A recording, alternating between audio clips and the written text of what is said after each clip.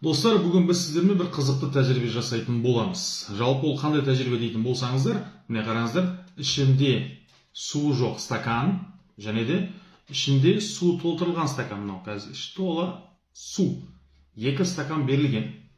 Осы екі стаканға да біз осы бір зажигалканың көмегімен бірдей от берген кезде қандай құбылыс орын алатындығын бірге тамашалайық. Және де осы видеоның астына міндетті түрде өзіңіздің пікіріңізді қалдыруды ұмытпаңыздар. Неге екі жағдайда екі түрлі болатындығы жайлы, олай болса, кеттік, жасап көрейік.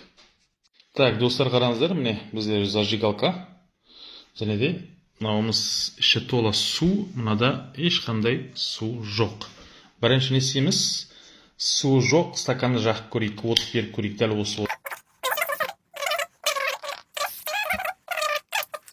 Екінші стаканға біз беріп көрейік. Бұл су бар стакан, ішінде су бар, мынада ешқандай су жоқ. Көз жүгіртеміз, қараңыздар. Отты беремін мен.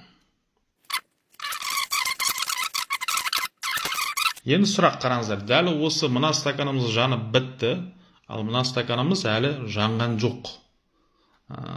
Неге ондай болды? Яғни осы бір физикалық құбылысқа өзіңіздің пікіріңізді комментарий ретінде қалдыруды ұмытпаңыздар. Достар, бұл әрине бізде физика.